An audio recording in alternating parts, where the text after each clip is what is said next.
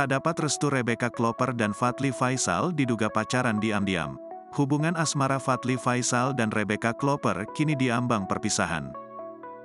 Pasalnya, Haji Faisal tak lagi beri restu kepada Fadly Faisal dan Rebecca Klopper.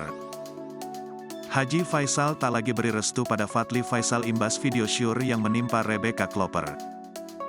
Haji Faisal terang-terangan mengatakan bahwa dirinya tidak merestui hubungan sang putra, Fadly Faisal dengan Rebecca Klopper. Padahal sebelumnya, Haji Faisal menyetujui hubungan keduanya.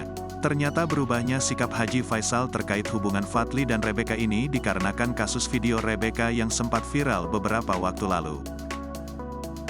Meski sempat dikabarkan putus, pada kenyataannya kini Fadly Faisal dan Rebecca Klopper nampak kembali dekat. Bahkan keduanya terlihat mesra saat bersama. Selain itu, Fadly Faisal dan Rebecca Klopper terkesan tak malu menunjukkan kedekatannya kembali. Terkait hubungan asmara keduanya, Haji Faisal menegaskan tak akan menerima hubungan Fadly Faisal dengan Rebecca Klopper.